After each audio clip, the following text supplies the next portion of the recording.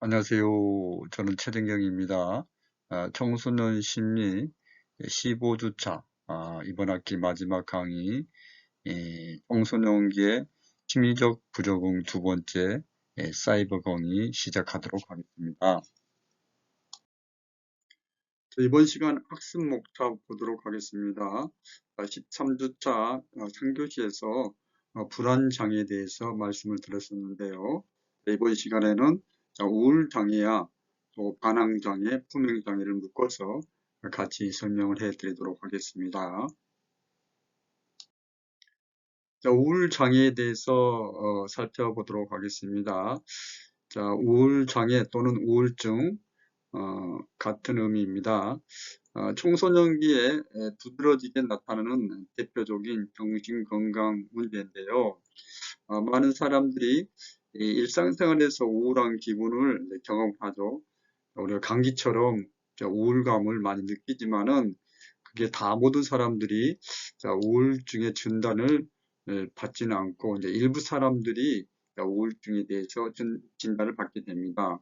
그래서 증상을 살펴보고 이러한 증상들이 5가지 이상이 2주 동안 이제 지속됐을 경우에 우리는 이제 우울장애, 우울증 이제 진단을 하게 됩니다. 그러니까 주요한 증상 살펴보겠습니다. 우울한 또는 감이한 기분이 들고, 두 번째, 흥미나 즐거움을 상실하게 된다. 세 번째, 체중이나 식욕이 변합니다. 뭐 체중이 증가하는 경우도 있겠지만 체중이 빠거나 식욕이 변화 있고, 특히 이제 수면 장애가 나타나고, 운동성 흥분 또는 지체 증상이 나타납니다. 감이나 과하게 흥분 상태를 유지하거나 또 그런 이제 흥분감이 이제 떨어지는 그런 것이 이제 반복적으로 일어나게 됩니다. 피로감을 느껴지고요, 또 활력도 상실하게 됩니다.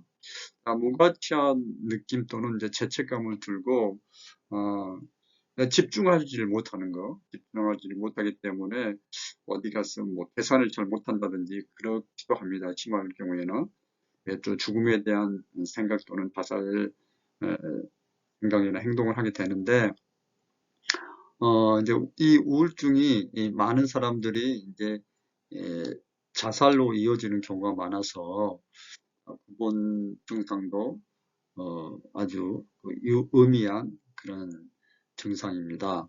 여러분 주변에 혹여 뭐 꼭 청소년이 아니더라도 주변에 우리 가족들 가운데서 뭐 수면 장애가 있다든지 뭔가 굉장히 좀 재미가 사는 게 재미가 없다는 얘기를 한다든지 그리고 집중을 잘 못하여서 이게 계산을 잘 못한다든지 뭐 체중이 이제 변화가 일어났는지 그러면은 여러분들이 우울증에 대해서 좀 생각을 해보시고 여기 있는 뭐 진단 기준에 맞춰 가지고 5가지 이상이 지속적으로 2주 이상이 지속된다면은 우울증이라고 이제 진단이 되기 때문에 적절한 이제 치료를 받을 필요가 있다. 우울장애가 왜 생기는지 관련 요인, 첫 번째 이제 생물학적인 요인입니다. 생물학적인 요인은 우울장애가 나타나는 요인을 잘 설명하고 있습니다. 유전적인 요인과 생학적인 영향에 이제 초점을 맞추는 거죠. 유전적인 것은 뭐 가까운 친척이라든지 주요 우울장애 가진 경우 그 한 개인도 위험하고, 일란성 쌍생아에서 한 형제가 우울장애를 가질 경우 다른 형제도 우울장애를 나타나는 비율이 높다는 거. 그래서 그런 것을 통해 가지고 유전적인 요인이 우울하고 연관성이 있다는 것을 이제 방증을 하고 있습니다. 이제 생화학적인 영향이라는 게 이제 호르몬 분비하고 연결이 되는데요. 비정상적인 호르몬 분비를 했을 때, 우울감이라는 것은 행복하지 못한 분위기잖아요. 우울감의 반대는 행복하는 기분인데, 뭐 세리토닌이라든지 이렇게 행복하게 해주는 그런 물질들이 뭐 도파민이라든지 세로토닌 행복하게 우리를 해주는 그런 물질들이 분비가 정상적으로 이루어지지 않았을 때 우울증에 우울증이 나타날 확률이 높다. 그래서 그건 생화학적인 영향에 초점을 맞춘 거죠. 그래서 생물학적인 요인으로 인해 가지고 우울 장애가 나타나는 경우에 대해서 말씀드렸습니다. 심리 사회적인 요인으로 분리와 상실에 대해서 말씀드리겠습니다. 우울증은 가까운 주위 사람과의 분리되는 게 떨어지는 거죠. 또 상실은 잃어버리는 것이죠. 분리와 상실은 중요한 요소이다. 상실은 부모 사망이나 이혼과 같은 실제적인 것일 수도 있고, 이루는 원하는 목표의 상실과 같은 상징적인 것도 있을 수가 있겠습니다. 자, 분리와 상실 경험이 청소년의 우울증을 유발하는 것에 대해서 먼저 정신분석학 입장에서는 대상의 상실의 경험부터 청소년들은 이제 자아 존중감이 이제 상실되고 이제 2차적인 상실이네요. 1차적으로 뭐 부모라든지 주변 사람들, 의미 있는 사람들과의 상실 경험은 또다시 이제 자아 존중감의 상실이라는 2차적인, 3차적인 상실이 되고 또 이 절망감으로 이어져 이게 끝내는 우울로 이어지는 이런 어떤 구조로 연결된다는 게 정신분석학적인 입장입니다. 행동주의 입장에서는 분리와 상실은 긍정적인 강화의 단절과 연결된다고 본다. 긍정적인 강화를 하는 것은 뭡니까? 주변에 부모님은 정말 좋은 어떤 나에게 좋은 영향력을 강화를 여기서 강화하는 것은 긍정적인 강화하는 것은 좋은 영향력을 준다는 거잖아요. 그렇죠? 그런 긍정적인 강화가 부모와의 분리와 상실, 또 친구와의 분리와 상실이 긍정적인 강화의 단절과 연결된다고 보는 게 행동주의 입장입니다. 즉 사랑하는 사람의 상실이나 그로부터 분리는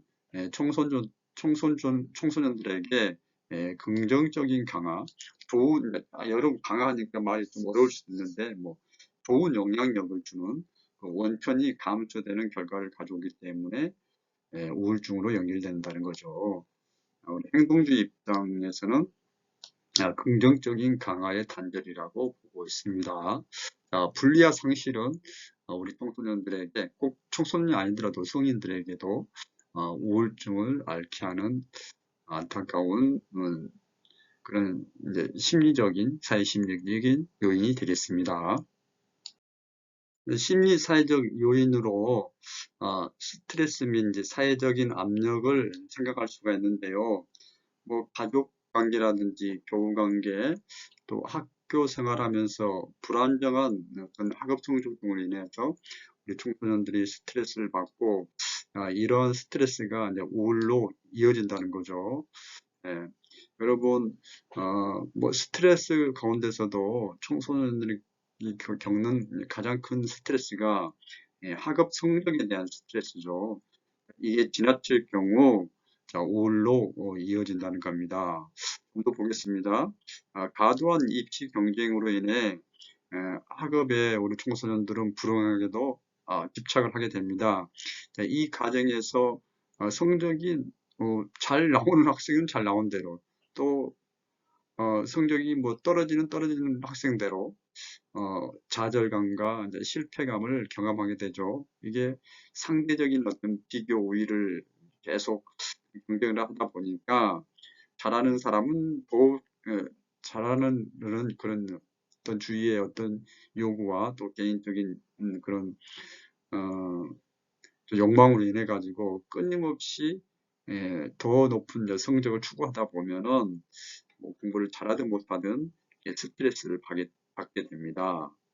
자, 학업 성적에 대한 불만족이 클수록 우울 증상의 위험이 높은 것으로 나타난다. 그래서 학업 성적뿐만 아니라 또 학교 생활, 학교에서 교우 관계, 선생님하고 관계, 또 가족과의 관계 이런 거기에서 오는 스트레스가 우울 장애를 앓게 하는 심리 사회적인 요인이 되고 있다는 거 말씀드립니다. 우울장애 관련 요인 세 번째, 인지적인 요인입니다. 인지적인 요인은 청소년들이 이제 아주 쉽게 말씀드리면은 이제 잘못된 생각을 가지고 있다는 거죠. 잘못된 생각으로 인해 가지고 우울 장애가 발생한다는 겁니다. 우울한 청소년들은 부정적인 대인관계 기술, 인지적 왜곡, 자기에 대한 잘못된 관점, 미성숙한 자기를 조절 등이 우울증의 원인으로 보고 있습니다.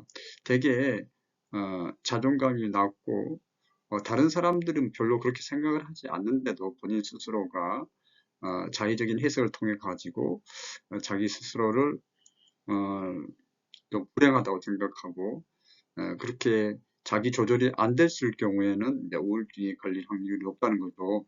실제로 우울한 아동이나 청소년들은 자신의 사회적 기술에 문제가 있다고 생각하고 남들이 여기 표현이 좀 쉽게 설명이 되어 있네요. 남들이 자신을 별로 좋아하지 않는다고 지각하는 경우가 많습니다. 이러한 청소년들이 우울증에 걸 확률이 높다는 거죠.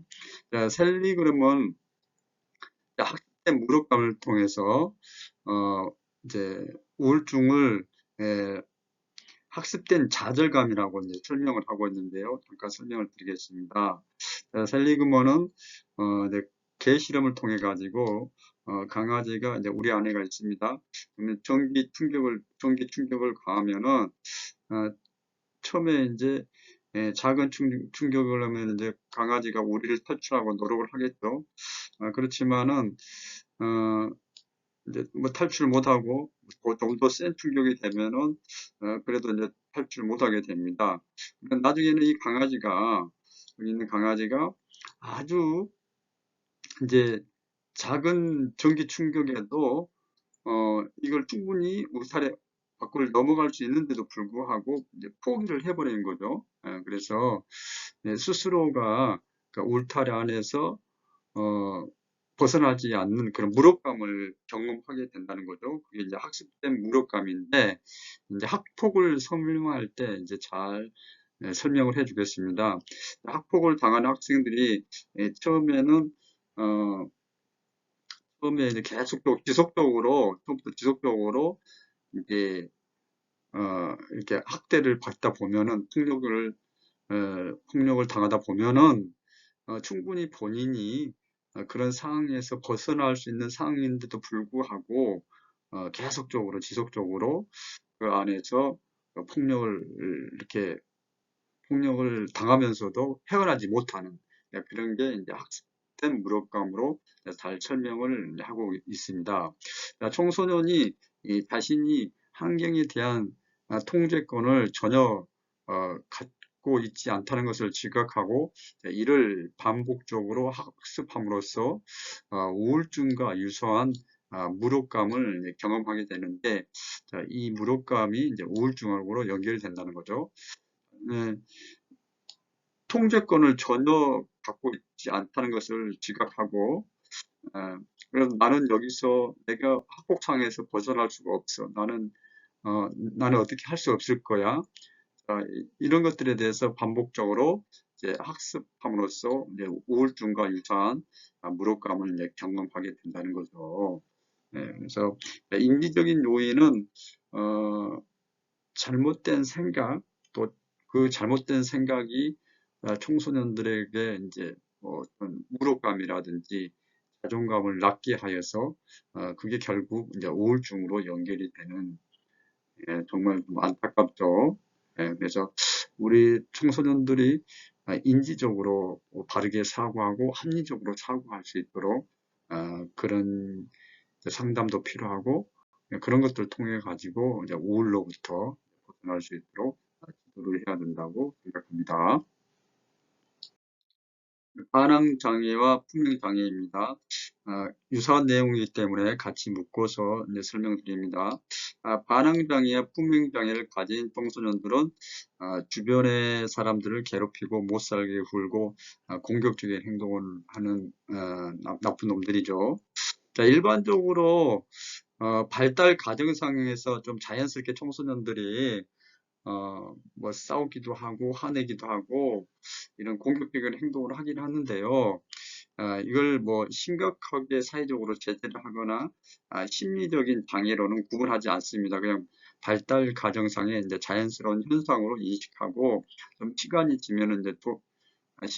지나면 좋아지고 그러는데 이 반항장애와 품행장애를 가진 청소년들은 극심한 정도의 이제 파괴적인 행동을 하는 경우를 말하고 반복성입니다. 계속 지속적인 반복적으로 공격적인 행동, 뭐 절도, 강간 등 같이 극히 이제 청소년들에게는 드물게 나타나는 반사회적인 행동을 반복적으로 지속적으로 하는 경우를 우리는 반항장애와 품행장애라고 얘기를 하겠습니다. 그래서 발달 과정상에 단순하게 아이들끼리 싸우고 뭐 치고받고 하고 공격적인 행동을 하는 것은 우리가 이제 반항장애, 품행장애로 심리적 장애로 이제 진단하지는 않지만은 그 정도가 아주 심하고 근데 이제 지극히 심하고 또 반복적으로 지속적으로 일어날 경우는 우리는 반사회적인 행동으로 구분을 하고 그걸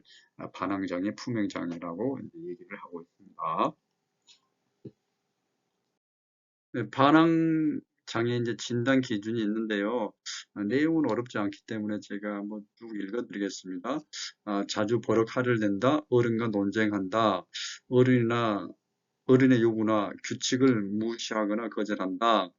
고의적으로 타인을 귀찮게 한다. 자신의 실수나 잘못된 행동을 남의 탓을 돌린다. 타인에 의해 기분이 상하거나 쉽게 신경질을 낸다. 자주 화내고 원망한다. 자, 악에 차있거나 앙심을 품고 있다. 자, 이와 같은 내용을 가운데서 4개 이상을 한 6개월 이상 이제 지속하는 경우, 6개월 이상 여기서 네 가지 이상으로 나타날 경우에는 이제 반응 장애로 이제 진단을 합니다. 품행 장애 진단 기준 보겠습니다. 사람과 동물에 대한 공격성이 있고요. 그에 따른 이제 하위 기준들도 있습니다. 재산 파괴, 세 번째 사기 또는 도둑질, 네 번째 심각한 규칙 위반. 여기 2번, 3번, 4번에도 하위 기준들이 있는데 제가 제시는 안 했습니다. 자, 여기 1번부터 이제 4번까지 기준이 있고 그에 따른 하위 기준들이 있는데 이 품행 장애는 12개월 동안 이러한 행동들이 세 가지 이상이 지속적으로 나타났을 경우 품행 장애로 진단을 하고 있습니다. 그래서 품행 장애야 반항 장애는 그 기간이 반복적이고 대개 6개월 이상에서 한 12개월까지 나타나는 경우를 이제 통하여 이제 진단을 하고 있습니다. 반항 장애 및 품행 장애 관련 요인 먼저 생물학적인 요인입니다.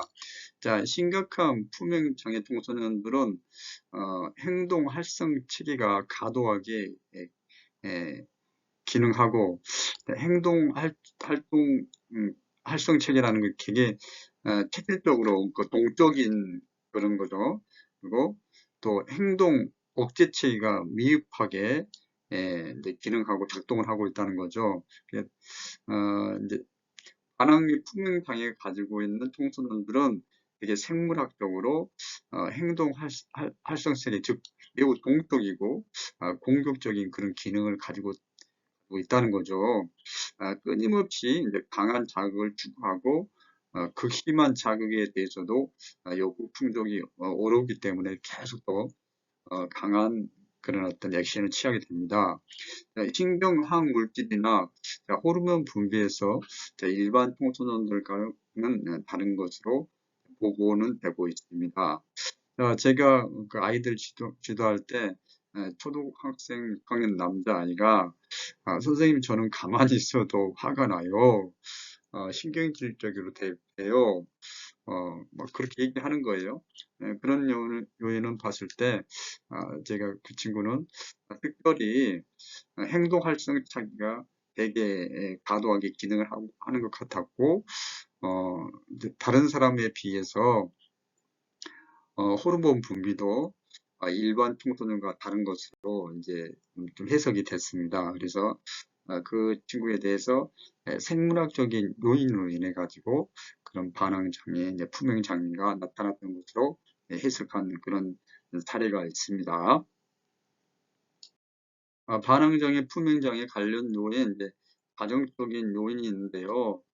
반항장애와 품행장애 아동 및 청소년들은 가정에서 다음과 같은 이제 특징이 나타나고 있습니다.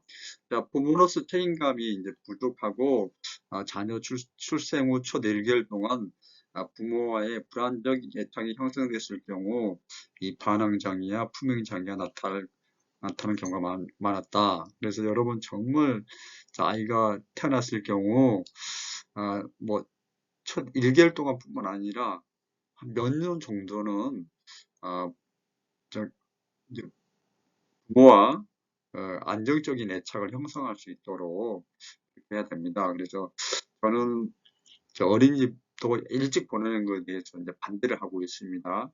물론 이제 뭐 맞벌이를 해야 되는 경우 뭐 엄마든 아빠든 케어가 어려울 경우 이제 어린이집을 보내게 되는데요.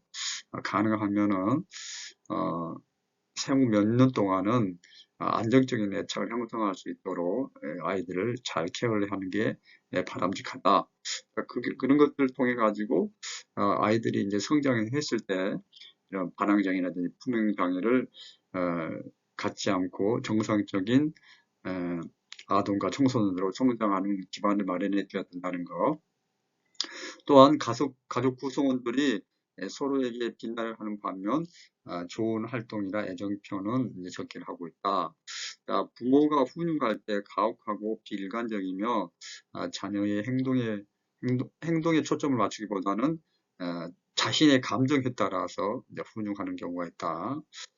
자녀가 취약변에 적절한 사회적, 정서적 기술을 익힐 수 있는 기회를 제한하거나 그런 정서적, 사회적 기술을 뭐 잘 부모가 사회적, 정서적으로 안정된 상태에서 아이들한테도 그런 게 이제 기술을 이제 전해야 되는데 그런 게 이루어지지 않았을 경우 이제 반항장애와 품행장애를 앓게 된다는 거죠. 자, 약물이나 알코올 이제 사용을 하고 또 남용했을 경우에도 이제 반항장애 및 품행장애를 앓게 된다는 거죠. 약물을 조기 사용하거나 남용할 경우 또 또한 이제 다양한 이제 이런 것들이 다양한 약물 중독과 연결되어서 반항장애, 품행장애를 나타나게 됩니다.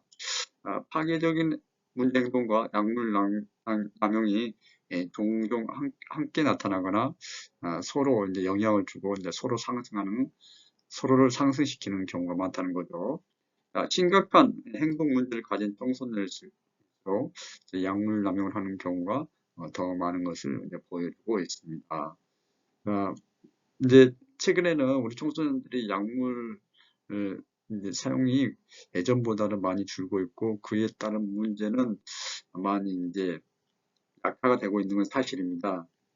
그렇지만은 이 가정에서의 적절한 어떤 부모와의 안정된 애착과 상호작용이 필요하는데 그렇지 못해서 반항장애, 품행장애로 연결되는 경우가 현실적으로 매우 높게 보고가 되고 있습니다. 그래서 가정에서의 정상적인 부모로서의 역할과 또 이제 구성원들이 서로를 사랑하고 위하는 그런 가족의 어떤 가풍 그리고 또 가족 내에서 사회적인 정서적인 기술을 잘 지킬 수 있는 기회를 제공해 주는 게 청소년들이 반항장애나 품행장애를 정말 줄여나갈 수 있다고 이렇게 생각합니다. 학습 정리합니다. 우울장애입니다. 우울장애는 뭐 우울증 같은 얘기고요. 청소년기에 나타나는 대표적인 정신건강 문제였는데, 여기 이제 9가지 증상을 이제 제시를 했고요. 5가지 이상의 증상이 2주 이상 지속이 되면은 우리는 이제 우울증이라고 진단할 수가 있습니다. 자, 우울증이 진단이 되면은 반드시 어, 의사와 이제 상의를 하고 거기에 따른 이제 뭐 약물도 처방을 받고 적절한 이제 뭐 인지 행동 치료를 한다든가 다양한 치료를 꼭 받아야 됩니다. 특히 이제 저 같은 경우에는 꼭 반드시 좀 심할 경우에는 정신과에서 신경정신과에서 약물을 처방받는 것도 하나의 이제 좋은 방법이라고 이렇게 생각을 하고 있습니다.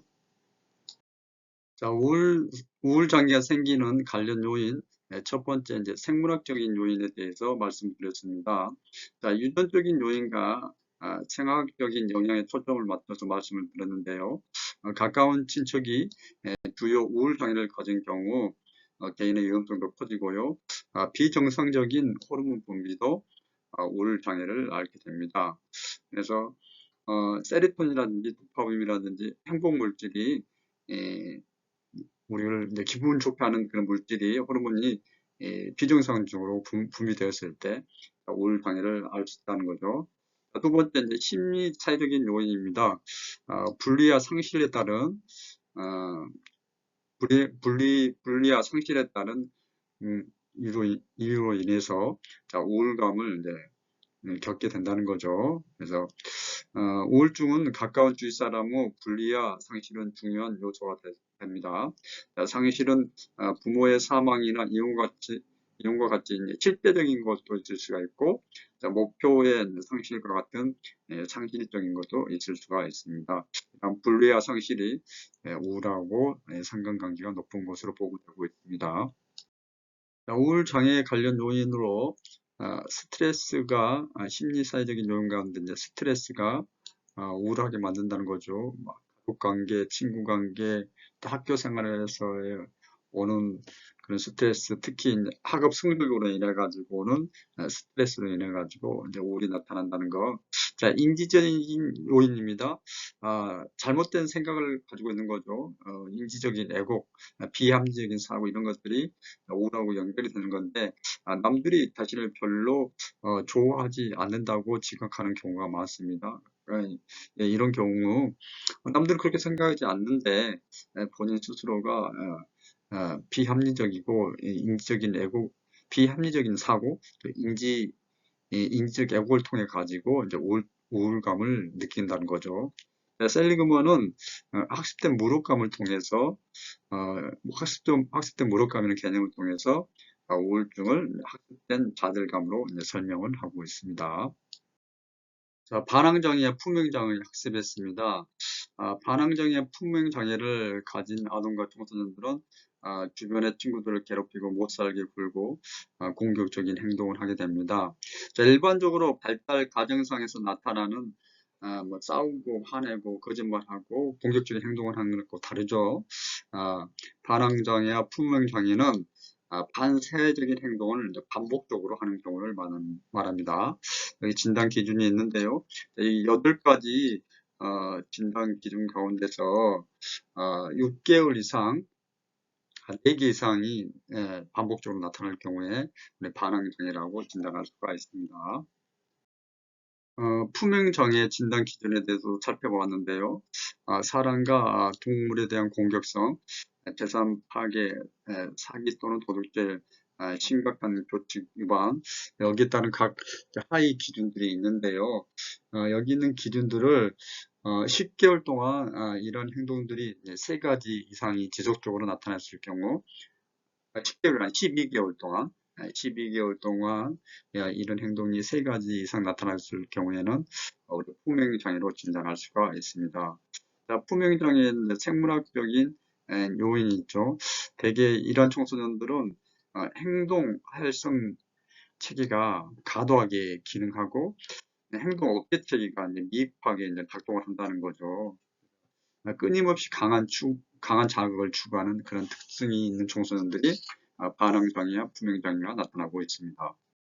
네, 가정적인 요인인데요. 반항장애, 품행장애가 나타나는 가정적인 요인, 참 우리 여기 좀 생각해 볼 문제입니다. 그래서 가정에서 애착 형성이 안 되고 또 부모와의 어떤 의사소통이 잘 이루어지지 않고 서로를 비난하고 애정 표현을 촉구했을 경우 이런 반항장애나 품행장애가 나타난 거죠. 훈육도 너무 가혹하게 하고 비일관적으로 이루어질 경우 이제 반항장애나 이제 품행장애가 나타난 거죠. 자녀의 행동에 초점을 맞추기보다는 부모 자신의 반응에 따라서 훈육했을 경우 아이들이 삐딱하게 나갈 확률이 높다는 거죠. 자, 알코올과 같은 뭐 약물도 약물을 많이 사용하거나 남용할 경우도 이제 반항장애나 품행장애가 나타날 수가 있습니다. 자, 여러분 한 학기 동안 대단히 수고 많이 하셨습니다. 청소년 심리 결코 쉽지 않는 과목이었는데요. 여러분들이 다들 열심으로 수업에 임하여 주셔서 대단히 감사드립니다. 여러분 청소년 지도자로서 원하는 꿈들 잘 이루어 가시기 바랍니다. 다시 한번 고맙고 감사합니다. 대단히 수고하셨습니다.